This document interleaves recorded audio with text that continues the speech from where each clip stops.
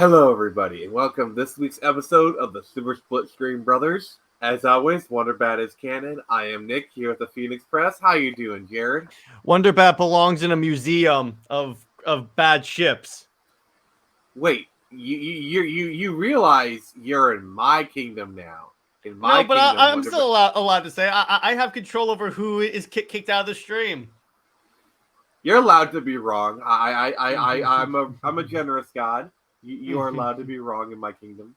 So Jared, as always, what you been playing, playa? Well, I watched Fast 10, and that was really that was the that was one of the most tame movies of the Fast and the Furious in terms of like like this way, it was still ridiculous, but it wasn't as like crazy as sending a car to space. No, not just any car. They sent the Fiero. Like, I think they specifically chose a Fiero because, like, okay, what is the most ridiculous car we could send to space? Yeah, so there was that. But this movie convinced me that Jason Momoa could play a pretty mean Lobo because he's the bad guy and he plays a really cool, crazy bad guy. I mean, I don't think that was ever in doubt, but still. No, but still, because before it was based on looks. This based upon acting ability. Yeah, he could do Lobo. He could 100% destroy that role in a good way. And okay. I played some. I've been playing some more Injustice, playing some more Lego DC, Lego DC and Marvel. Just playing through those.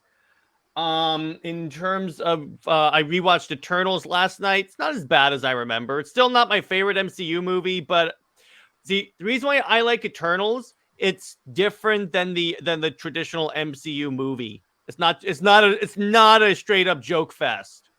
I mean, there are some jokes, but not as much as like a regular Marvel movie. Yeah, I saw the Eternals probably a few months ago, and it's still not the best. Let me put it this way: it's not amazing, but it's okay. Let me put it to you that way. It is aggressively meh. Mm-hmm. Like I got Disney Plus and I watched Eternals, and I even watched Wakanda Forever, and I actually really appreciated the somber tone of the movie. Mm-hmm. Like, it actually has like it's not like Wakanda Forever is a lot like Eternals, where it's like it's not a joke fest. It's not still not like good or amazing, but it's not as bad. Like, yeah, the reason why I think a lot of people said it was bad, honestly, and this goes back to a thesis that I put out on my channel, that the MCU has ruined superhero movies because people think, and we saw this during the whole DCEU debacle, they think that superhero movies have to be these constantly jokey movies.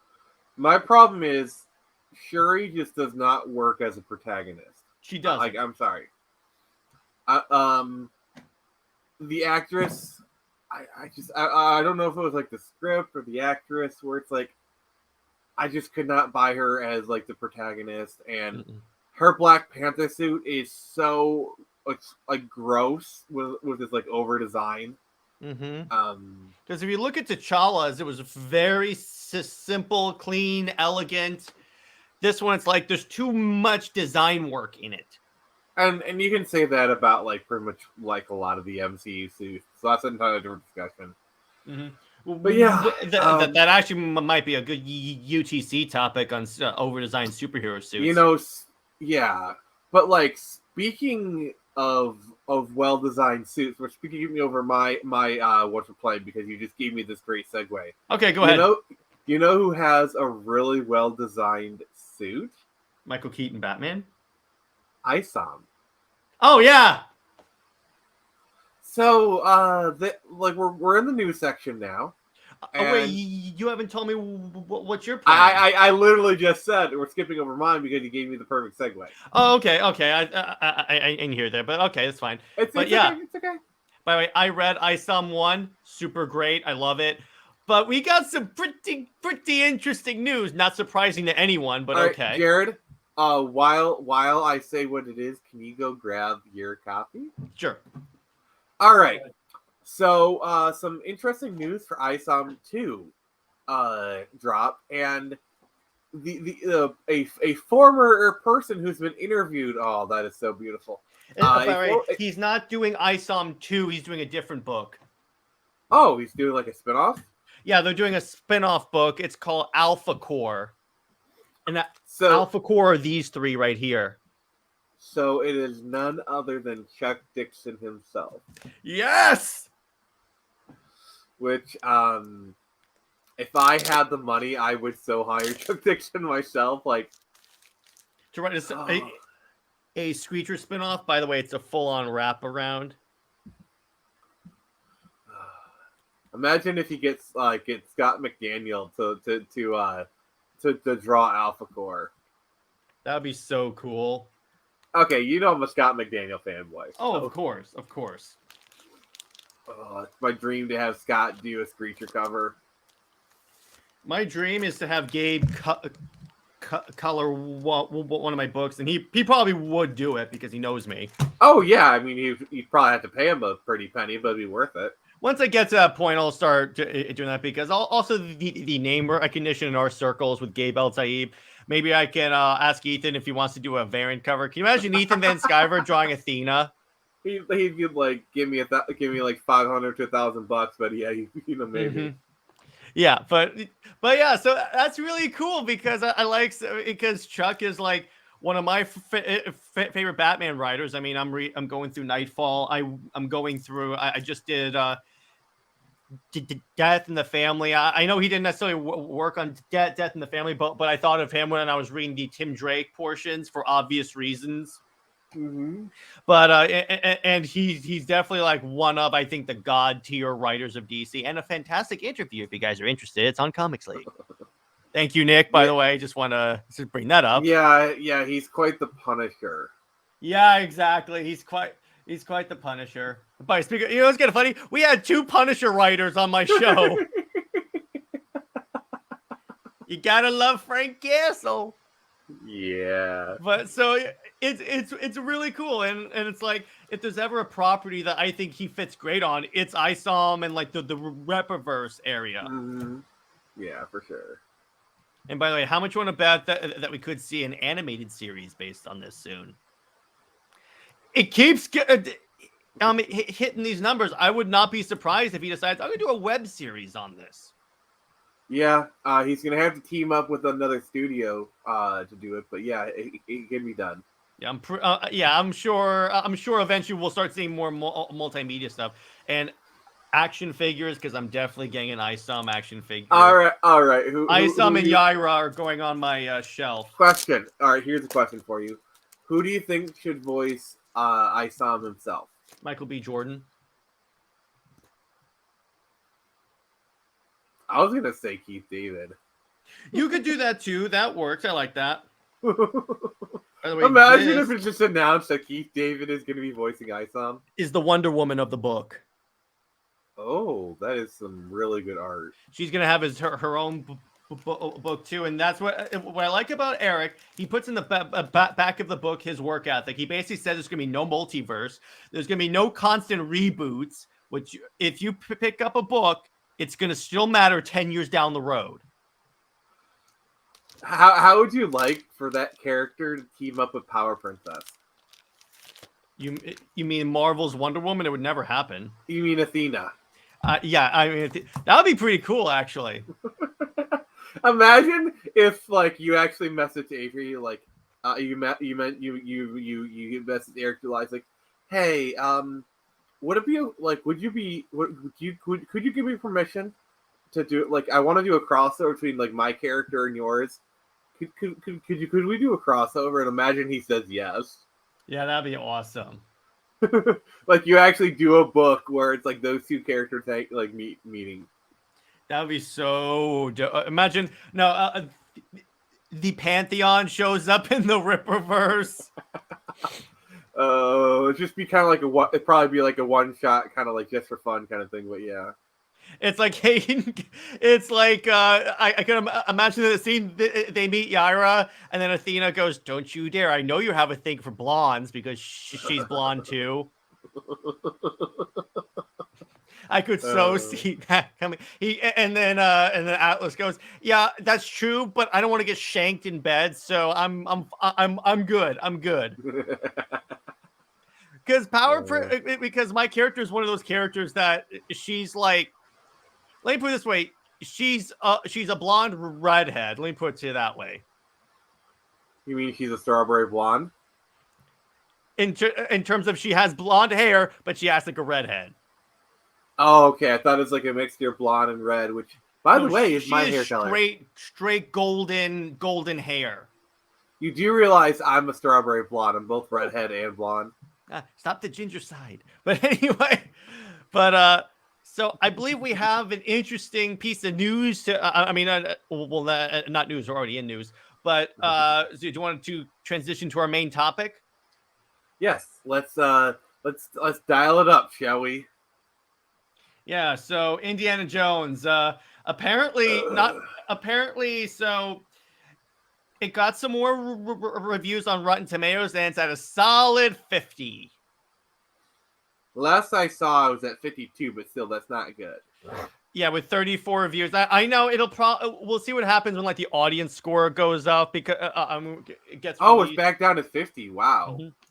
Yeah, we'll see what happens. But the thing is, it is even like IGN, which is another like really shill site, is saying, yeah, even Harrison Ford returning cannot save this movie. See, this is how you know it's bad, when even the access media can't hold back. Like this is how bad it is. Like because all these pre-reviews, they're supposed to be good. This is supposed to be your best cover you get.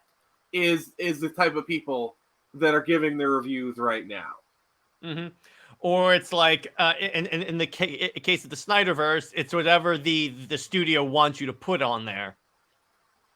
Yeah, so like, I mean, we could go into a conspiracy theory where it's like higher ups are okay with it failing, like, but yeah, that's kind of conspiracy territory. I'm not sure I want to go into that. Yeah, that's fine. But my point is that yeah, if this is happening on a Disney project that is very female oriented, because let's face it, it's a feminist movie. If that can't save this to the access media, yeah, it must be atrocious.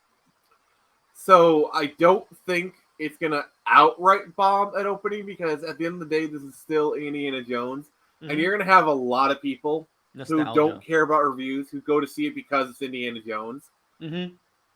But it won't have a very strong opening. I predict a $60 to $80 million opening weekend. And that's going to drop like a rock. Yeah. Because people are going to see it once or so. Obviously, the super indie fans are going to go see this multiple times, because still it's Indiana Jones. It has that armor on it. But the general word of audience mouth is going to trickle out really fast. And like the box office drop, I think, is probably going to be 70 to 75%. Yeah, probably. I could see that. And then again, now the other thing that we've been like predicting, or at least talking about, is what this means for our good friend KK.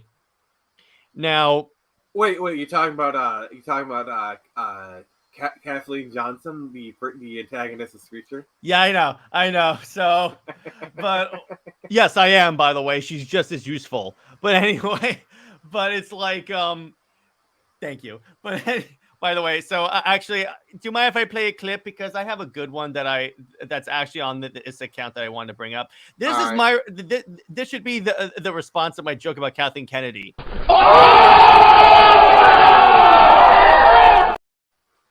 There you go. So anyway, but I think, again, I guarantee you, I think she's starting to look at other jobs. Again, they're not going to fire her. What they'll probably do is say, "Oh, she's moving on." They'll give her a big parade and such, and then, but in reality, she's getting canned. No, what's going to happen is she is going to put out a press release saying, "Oh, I've done everything I've ever wanted to do at Lucasfilm. I revived Star Wars. I brought back Indiana Jones. I think it's time to retire and move on. I've accomplished what I wanted to do, ruin Star Wars, and so I think it's time. I'm gonna take this really big bag of cash that Disney's offering me. I didn't actually write this; they did, but I'm signing my name anyway. I'm retiring. No, I'm not getting fired. I'm retiring. Disney is very adamant that I'm retiring. You see how it's like slowly just evolving. Yeah, and all of us are gonna go to Kathy. You didn't see that coming? Yeah. So I already have the drop that I have planned. When Kathleen Kennedy does step down, I'm gonna do "Ding Dong and the Witch is Dead," with you know, like Yeah, exactly. like I will be like if it's CLD, We should get Pika. We should get Pika to actually sing it like he did the Wonder Bat song. Oh, he's got to do it one better. It's like "Ding Dong, the bee is dead, which bee, the wicked bee." You know. Like, Yeah, you can do that. Play it on your channel, but yeah, it's 100% fun. That'd be awesome. Mm-hmm. But so, and by the way, we got a buddy. What's up, Jay Heat? What's up? So we're talking again about Indy having issues and what this means for our good friend KK. Oh, she's done. She's done after this. As much as I want to say that, we've had enough like false hope, and I'm not going to get like all excited or whatnot until it's actually announced, because we've been burned way too many times. I'm sorry, Doomcock, but your doom saying has really spoiled that idea for me. Like, you could say Doomcock has Mike zero idea what he's talking about. I don't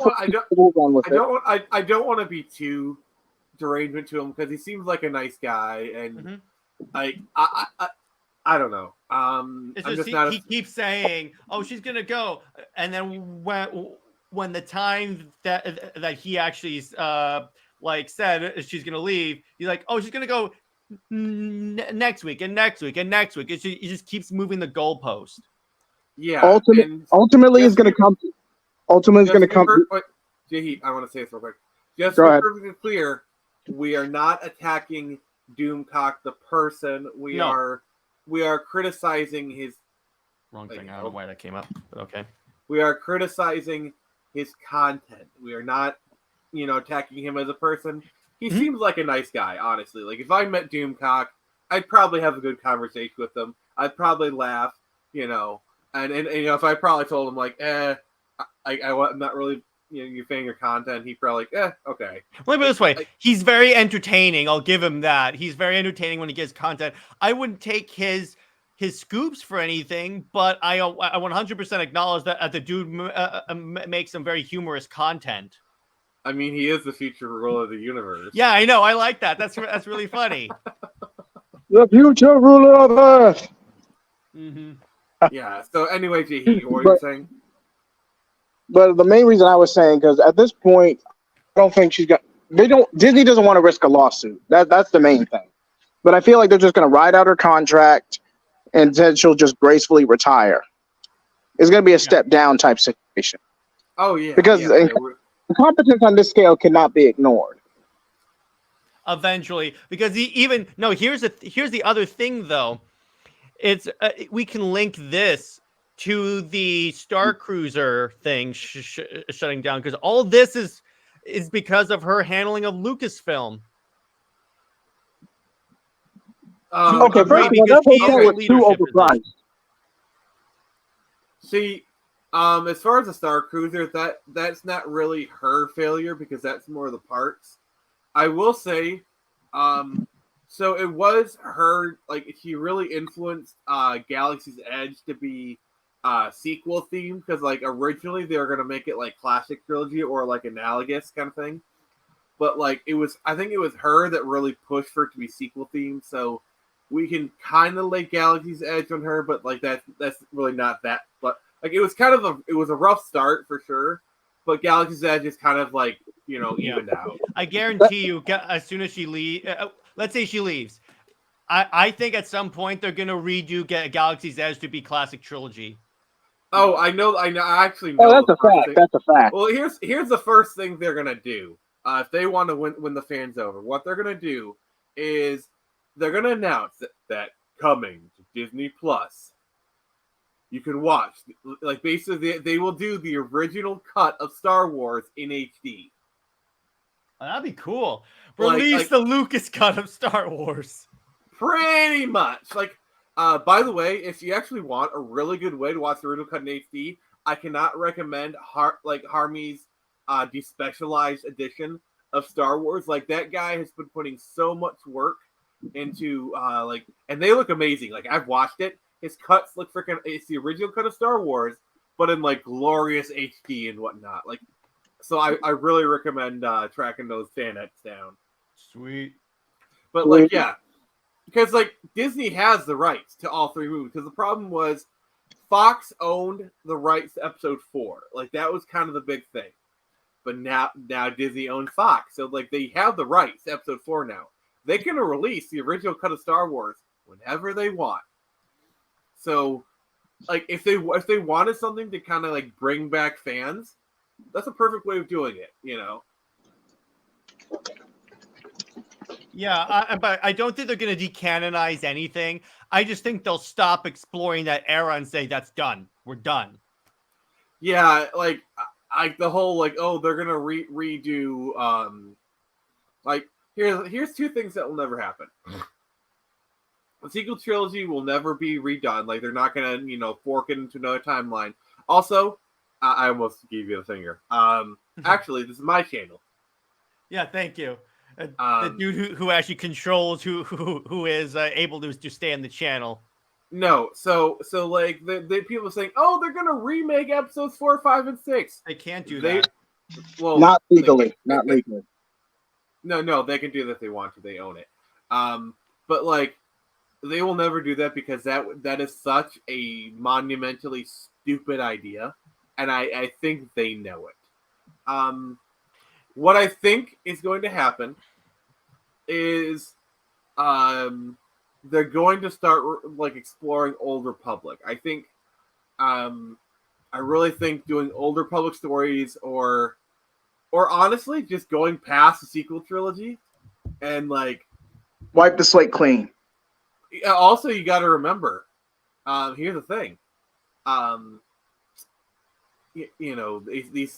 This one takes place 30 years in the past, so like, there's plenty of space in that timeline between episodes 6 and 7 where you could do a whole new trilogy easily. The thing about it, what people don't realize, because I see people online saying, they should decanonize this and do Heir to the Empire or something like that. I'm like, as much as I would love that they to are happen, doing Heir to the Empire. No, but I know. Well, they are. But here's the thing: as much as I would, as that would be cool, they can't do it with Han, Luke, and Leia because Leia's dead. Wait, didn't they have her daughter be the motion cam for Leia in Rise of Skywalker? Yeah, but a whole movie like that's not going to work out that well. I actually didn't think the mocap technology for Tarkin wasn't that bad. I actually don't think it was too bad. Yeah, but a whole movie like that, I think it eventually.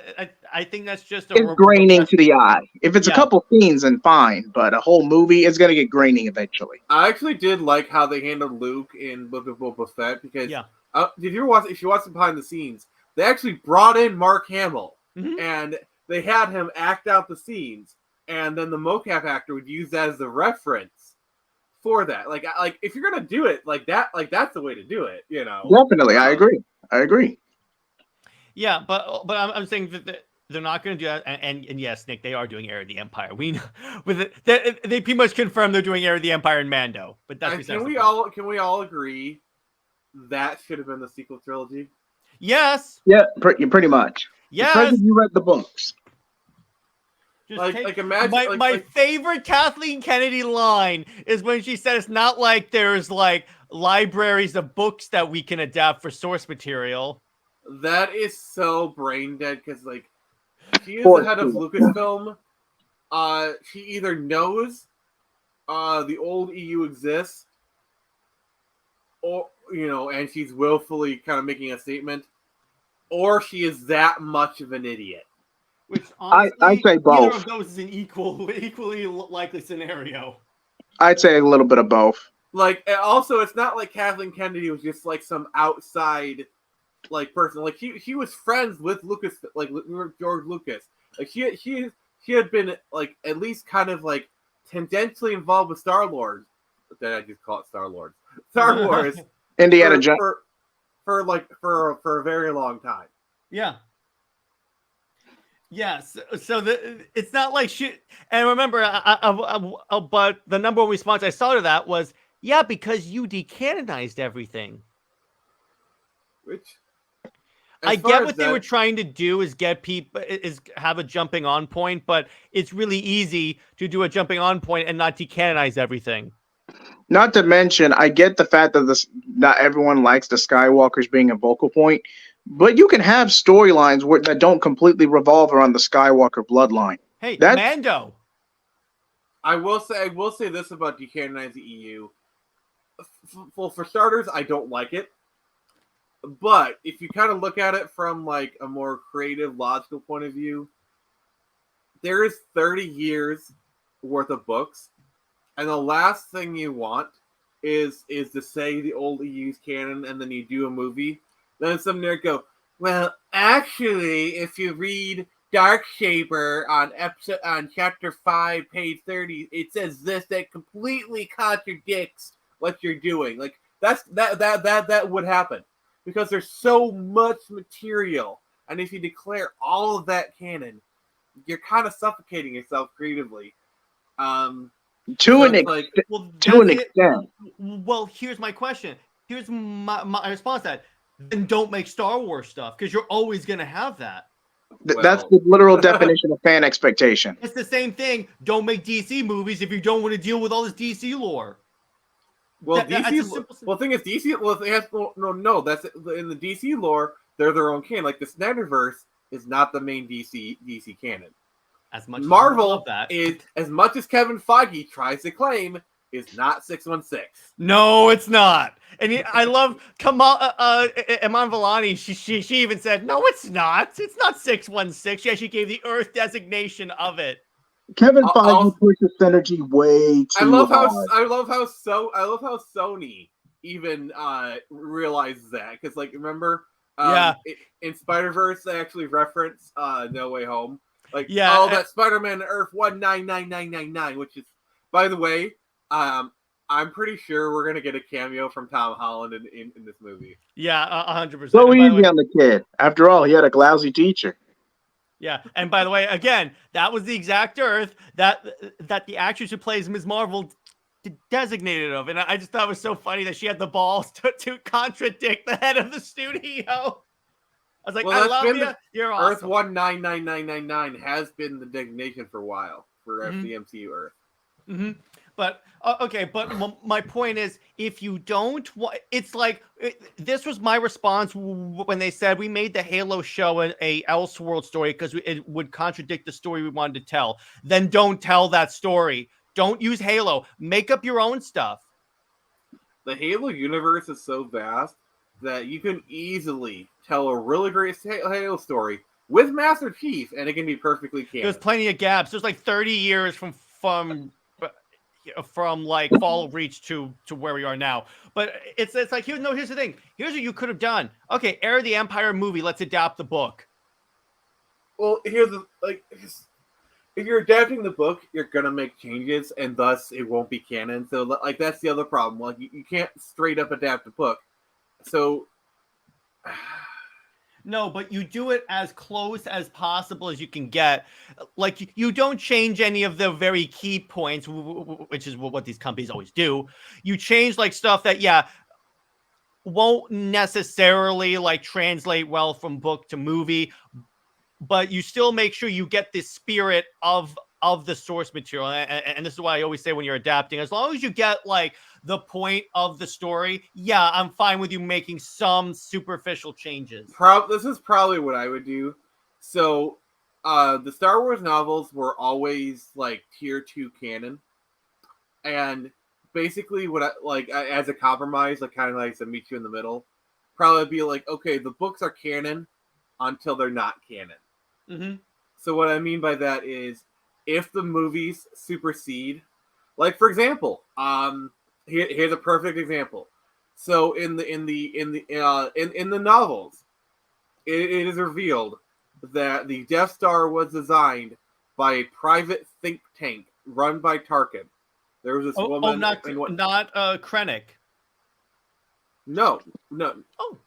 No, like I'm talking. Well, here's the thing. We're talking. This is like 20 years of 10 years before even all that stuff. Yeah. Okay.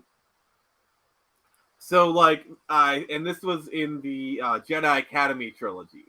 Okay, that's cool. They talked about this. And I remember actually when I was actually watching Attack of the Clones in theaters. Mm-hmm. God, I'm freaking old. Dude, I saw it in theaters too. You're not that old.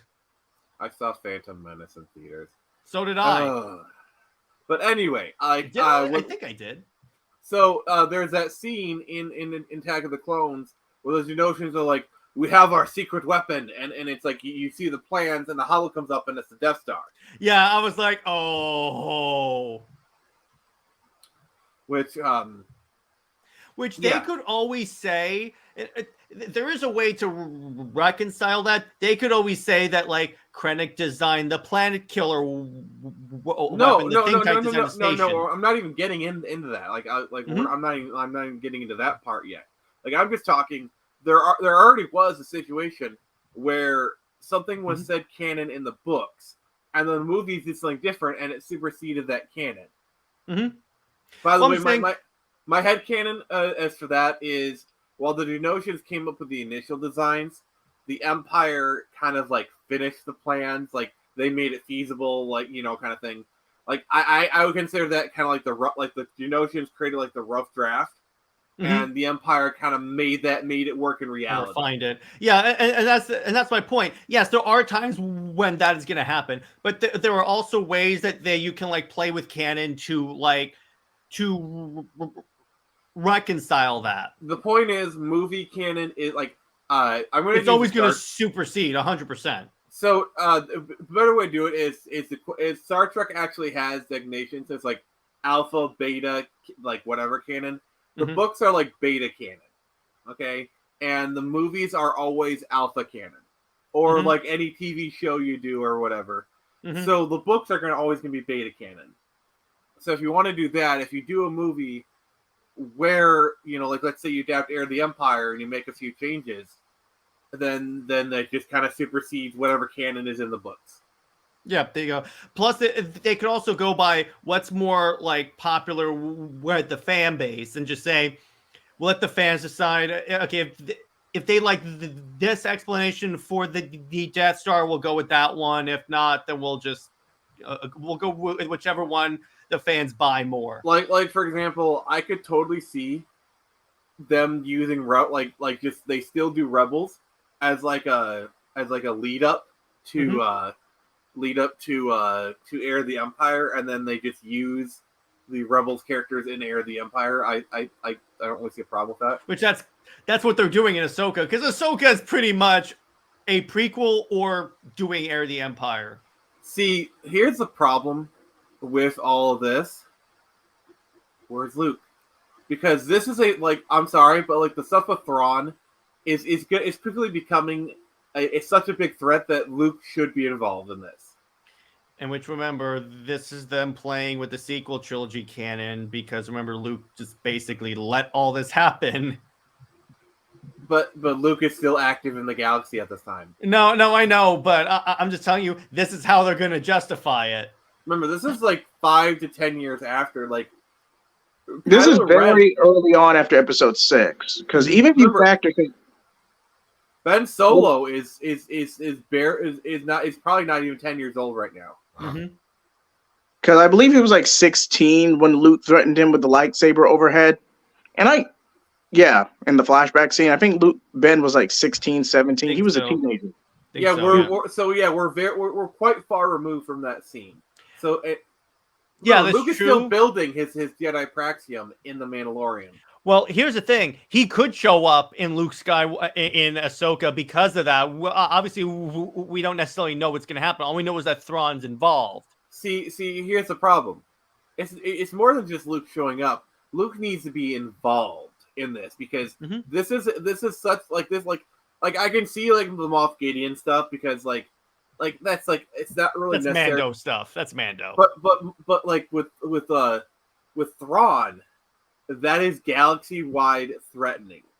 Here's my theory. My theory is that at some point during Ahsoka, she will come to Luke because we know they know each other and that they work together. And she'll go, "Hey, listen, there's this force. I know you probably felt the disturbance in the force as well as I have. There's a force. The Empire is rising again. We need you." Yeah. Do you think they're going to bring Ezra back, or they just confirmed he's dead? Yeah, they have confirmed he's coming back. They even casted him in the show, so he's gonna show up. Mm-hmm. So will he fall to the dark side? No. Nah. I highly doubt. They've kind of already done that storyline for Ezra, and I like at most he's going to be a Grey Jedi. Yeah, which in my mind, that's what all Force users should be because neither one side is blameless in anything that happens. They need the Bendu. They need the Qui-Gon Jinn. It's kind of funny. It's like, yeah, the, episode 1 kind of made Qui-Gon out to be a loose cannon, but when you actually look at what the Jedi have done, yeah, he has a point. You guys let the Empire rise up, you dingus. Oh, which reminds me, we really need to do like videos on my channel where we talk about like alternate universe scenarios for Star Wars, like what if Qui-Gon had survived? You know, like so you mean a new direction, but for Star Wars? I'm actually planning a what if, by the way. What if Qui-Gon survived? Mm-hmm. All right, well, we can do. Yeah, if you want to collab on that, we can. All right, cool. We'll talk about it later. But back to Indy, the likely scenario is that Nick, I agree with you. It makes like the amount of money you said, and then I think honestly, I could, based on the trend, I don't see the audience rating getting that much better. Honestly, No. In other words, being much better in terms of the critic rating. I see it getting lower. Oh yeah, definitely. This is a stinker. Because if there's one thing you don't mess with, it's like Indiana Jones. It's gonna be kind of curious what the audience score is gonna be like. Watch it be like 19%. Would you say it's going to be Velma bad? Yes. I don't think it's going to be Cleopatra bad. And by the way, Cleopatra has a 1. I said Velma, not Cleopatra, but God, people are pissed about that show. I'm not sure it'll be. Okay. You want to know how bad Cleopatra effed up? Oh yeah, the Egyptian, they actually had, I don't think it was the government, but like Egyptian groups are suing them. Like, the government said, yeah, it's BS. You have actual governments coming out against the show. Like, this is like, okay, I gotta say this. They were so concerned with not being racist, they literally loop back to being racist. Yeah, because they said, ironic. Egypt is a country in Africa. There must be only black people there because that's the excuse they give. She's from Africa. Is racist. Yeah, exactly. They gave the same thing when Gal Gadot was cast as Cleopatra for like a Patty Jenkins movie. They said she's not black, and everyone's like, and actually, Egyptian historians have said she was Macedonian. She just happens to rule Egypt. Actually, Gal Gadot would be a good cast. No, she could do it. But I'm just saying, when they said that like she's not black or something like that, I'm like, neither was Cleopatra. She was Greek. Yeah, she was Greek. Like, yeah, she was very much Greek. You know, like, wasn't she related to Alexander the Great or something? Like, she was married to Alexander the Great. Huh? So I'm like, what do you guys talk? Stick to not understanding history on Twitter, okay? Just stick to not understanding it. And here's the thing: Egyptians are Middle Eastern. Egypt is considered part of the Middle East. So is Libya, and that's attached to Africa. So I'm like, there's you guys don't really know what you're talking about here in terms of geography, too. Like, I'm sorry, but like when it comes to like the North African countries, like Moroccans, like they might like they're not Middle Eastern, but like they're a little more tan and whatnot. Mm-hmm. But like Moroccans are not black. In no way could you consider Moroccan, whatever. No. Yeah, and I speak from experience. Mm-hmm. Thank you. That's a good one. That's a good one. I love how he turned his camera on too. Also, nice chain. I love the chain, bro. That's nice. That might go on the list of Phoenix Press best moments, dude. That was awesome. He brought on that one. Nick, I swear, when you get to 500 subscribers, you have to do like the top 5 Phoenix Press moments. Yeah, I should. But I mean, again, I mean, let me put it this way. I think that if, regardless of if it's confirmed KK is going away after this, I think it's more likely than has ever been. Let me put it this way. I'm not saying it's confirmed, but I'm just saying in light of this failure, because this was very much her movie, and this was something that she was pushing hard.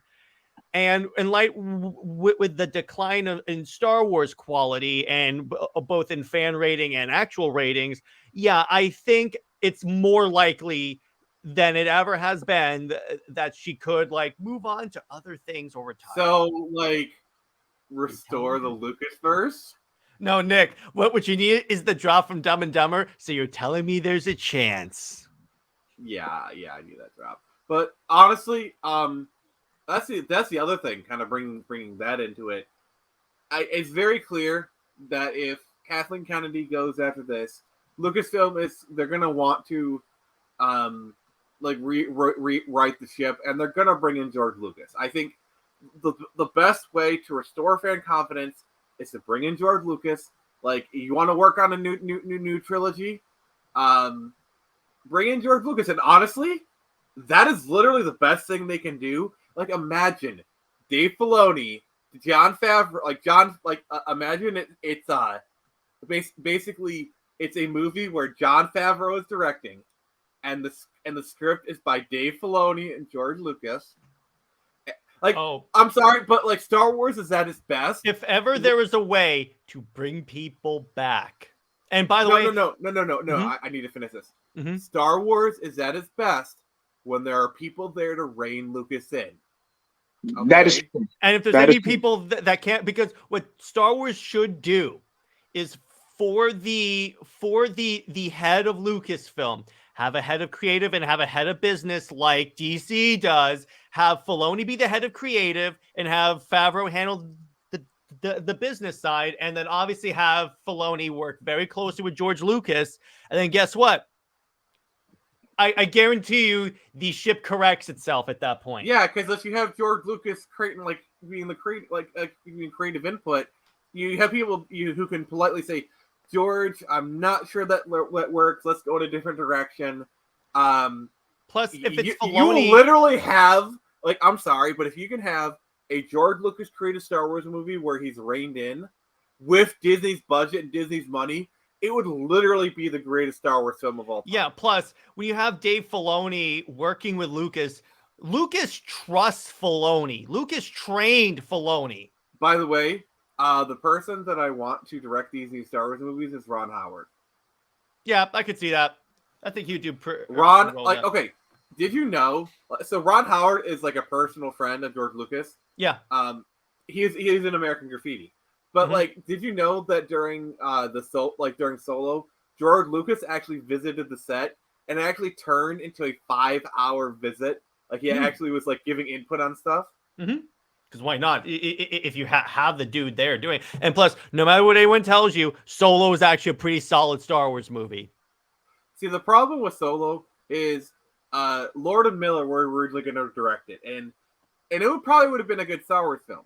The problem is they Kathleen Kennedy fired Lord and Miller, brought in Ron Howard, and it basically Solo got Justice League, Oh god, where they had Ron Howard was saddled with the same cast and a similar story. He basically reshot the entire movie. It would have been a lot better if you would have had Ron Howard come in from the start. True. I'm just saying it's still an enjoyable movie. It's not nearly as bad as people say it is. I'm just gonna say that there. But it's another one of those movies that are just aggressively meh. I think that's kind of becoming. But can you imagine the goodwill that they will start to build back with the fans if even they put Filoni, if they announce also Filoni's in charge of creative? Yeah, like I'm like, dude, and again, if you have Filoni, Favreau, and Lucas in charge of Lucasfilm, I'm sorry, you will have a bunch of content going out saying with people going, Star Wars is back, baby.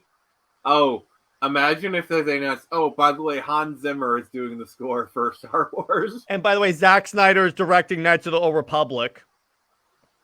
Keanu Reeves is Revan. I'm sorry. There's no other actor that I could see playing Revan. Perfect casting. Question: Who's gonna play Bastila? Gal Gadot. That's your answer to everything. She can do it. What are you talking about? I'm sorry. I like Gal Gadot, but like I don't think she has the acting range for Bastila. Okay, yeah, that's true. I could see that. Be good fan service though. Yeah, Amy Adams. Nah, I can't see her in an action role. She's too sweet. ScarJo. Yeah. Maybe. Yeah. If as Bastila, yeah, I could see her doing that. She could do a British accent. Yeah. What's the one who played Clara on Doctor Who? She could do it. I have no idea. I don't watch Doctor Who again. Damn it, she's on the tip of my tongue. Man. What about Karen Gillian as Bastila? Who's that? Nebula. Oh yeah, you could do that. Also, Amy Pond from Doctor Who. And I vote they keep the actor who just keep the voice actor for HK. Just keep it because he's fantastic. Hello, can't go wrong. Hello, meatbag. Action! I will murder you now. Supposition. Inquisitive. Just like I love that. And Joe Manganiello as Candrius Ordo. Yes. Yeah, because it was kind of funny when I saw him as Deathstroke. What went through my head? He'd be a pretty decent Candrius. Mads Mikkelsen as Malik. Yes.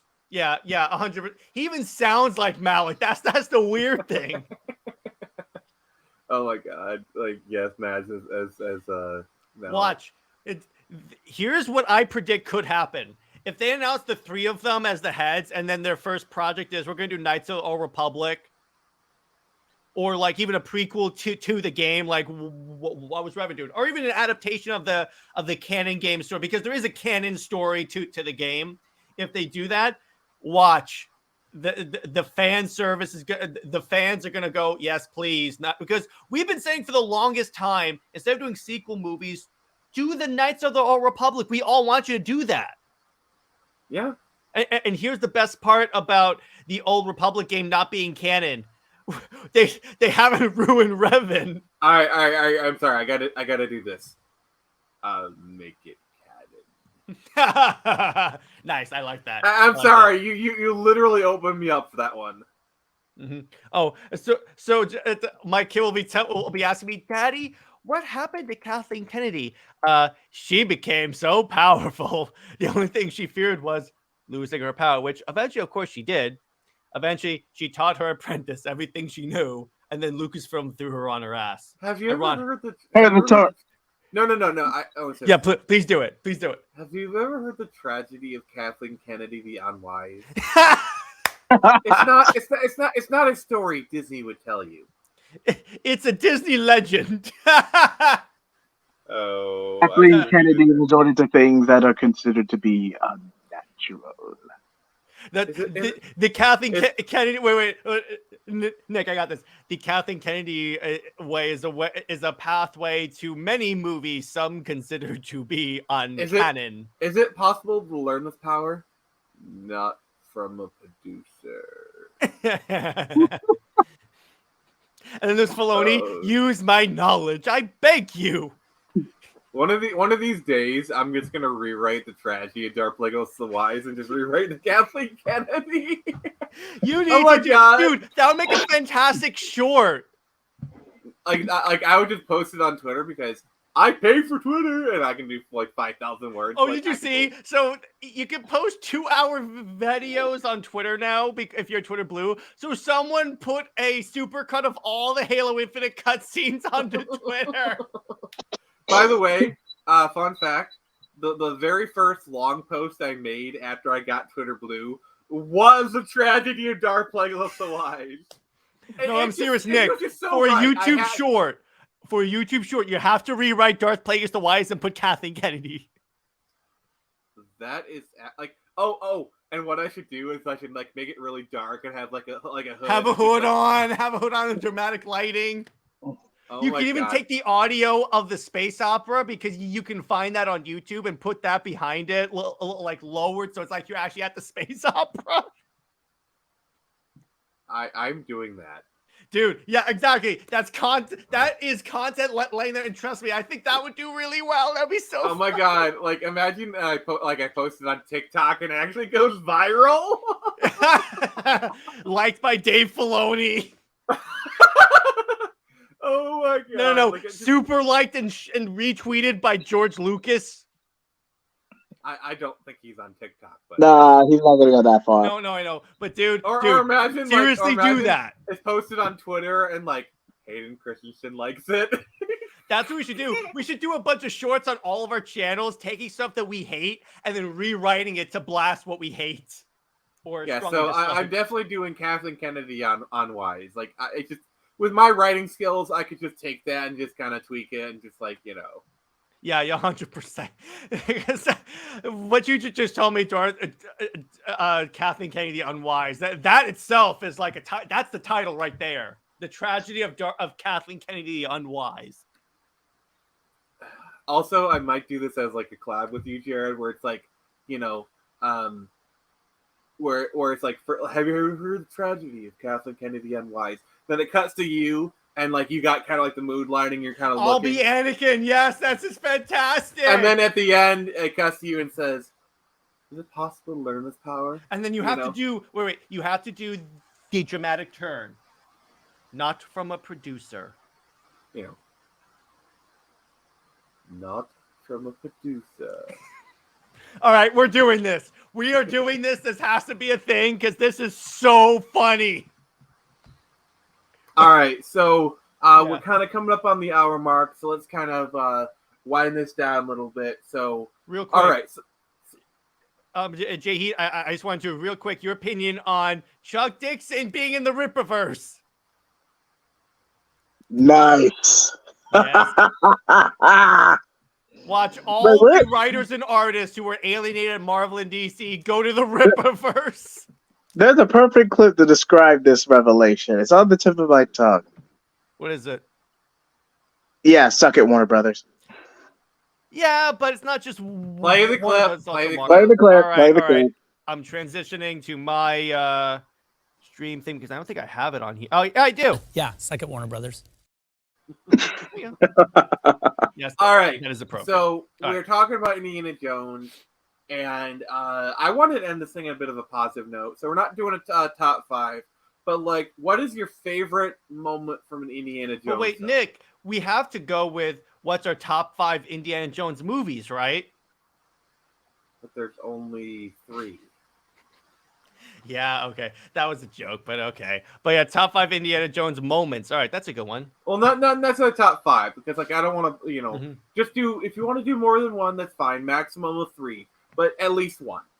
The classic scene where he's being chased by the boulder.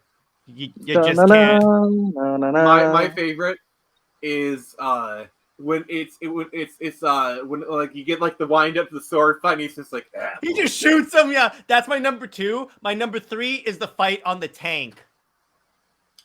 Do you know the story behind that scene? So like they had a whole fight scene choreographed. Mm-hmm. But Harrison Ford had like the flu that day, and he didn't want to shoot the fight, so like just shoot him.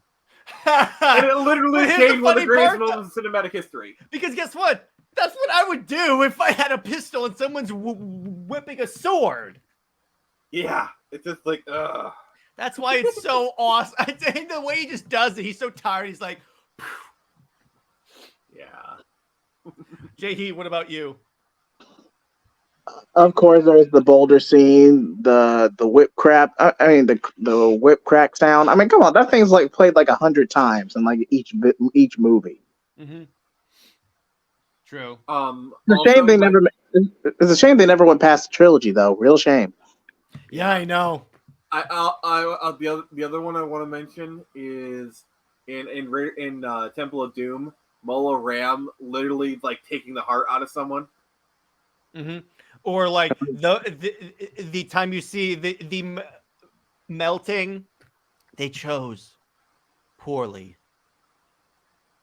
Oh, also, wait. in the opening Mm-hmm. scene of in Temple of Doom, you must have internet issues. Yeah, I don't know if you noticed, but he meets him at Club Obi-Wan. Oh, jeez.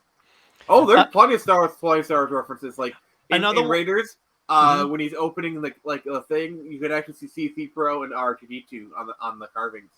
Oh, that's cool. Another one that another scene that I really like is the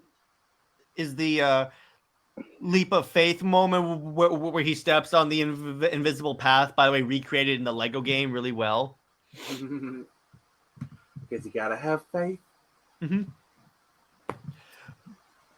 But I think I think these are some solid lists. So I actually will be doing something cool today.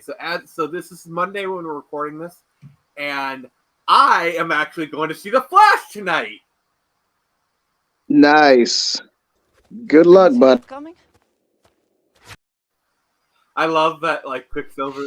Like that was nice. Yeah, thank you. I actually got invited to an early screening of The Flash, and it's going to be happening tonight. I'm gonna have to drive like an hour to go see it. It's worth it. Worth it for the bragging rights, anyway. Yeah, they were having one on the 20 in June, I think, here, but the problem is it's on my work day. Yeah, I actually got really lucky because this event is kind of being presented by a convention that I go to a lot, and the guy posted like the link for the passes, and I managed to grab I got one pretty early, so yeah. Have fun, dude, and let us know if it completely erases our characters. All right. I'll let you know when Grant Gustin appears. I'm gonna laugh my ass off if I see that movie and Grant Gustin does not show up, because even he has said he's not in there, and the director has said the Flash director has said we had to take out a scene with Grant Gustin. This scene with Grant Gustin. I'm sure you'll find out the DVD release. Wait. So they filmed one. They filmed one, yeah. So you're telling me there's a chance? About as much as it makes sense in that scene. The callback, As much as it makes sense in that scene, yes, I'm telling you, there's a chance. I'm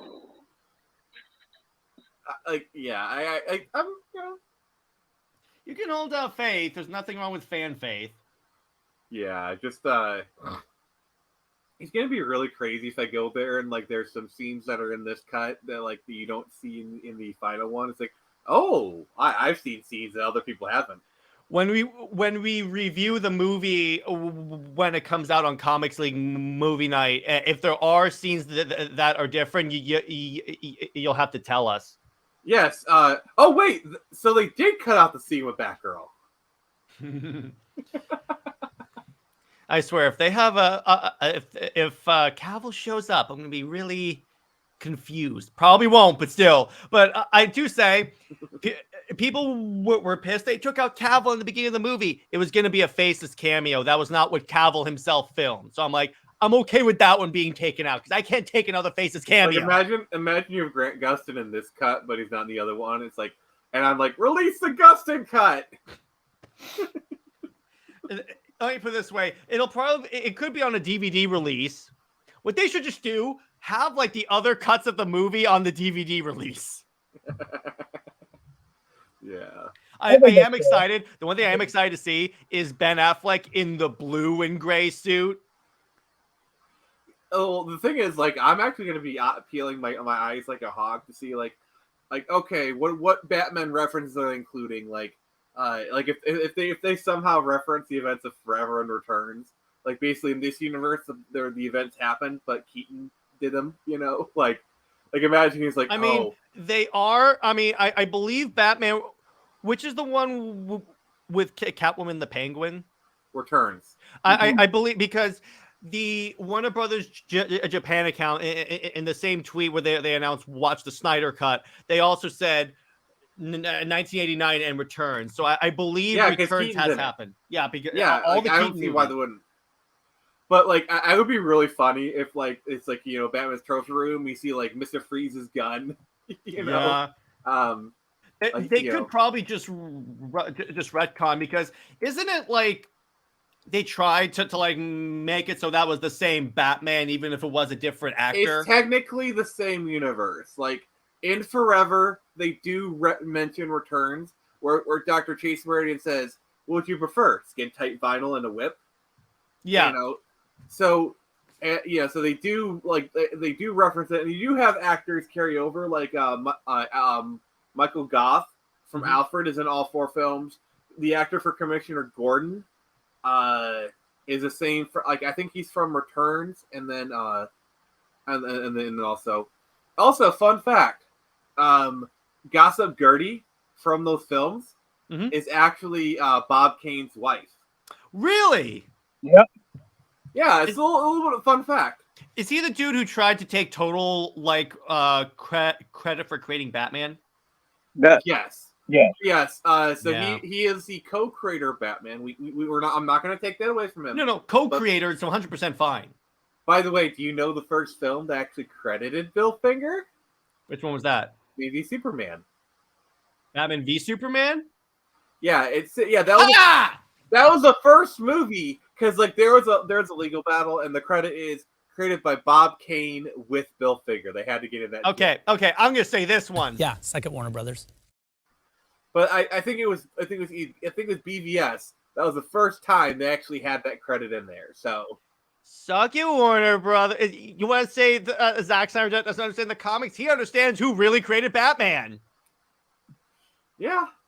There's a black and white photo of Zack holding Action Comics #1, and someone jokingly put, "This is Zack Snyder the day he created Superman." As cool as that is, I don't want to take that away from Jerry Siegel and Joe Shuster. Especially, they really got screwed over by Warner Brothers. Oh yeah, I remember it's a joke, and we all know who really created Superman.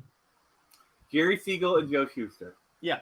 And it took like a lot of artists saying, "Yeah, we will revolt if you don't properly compensate these people," including Neil Adams.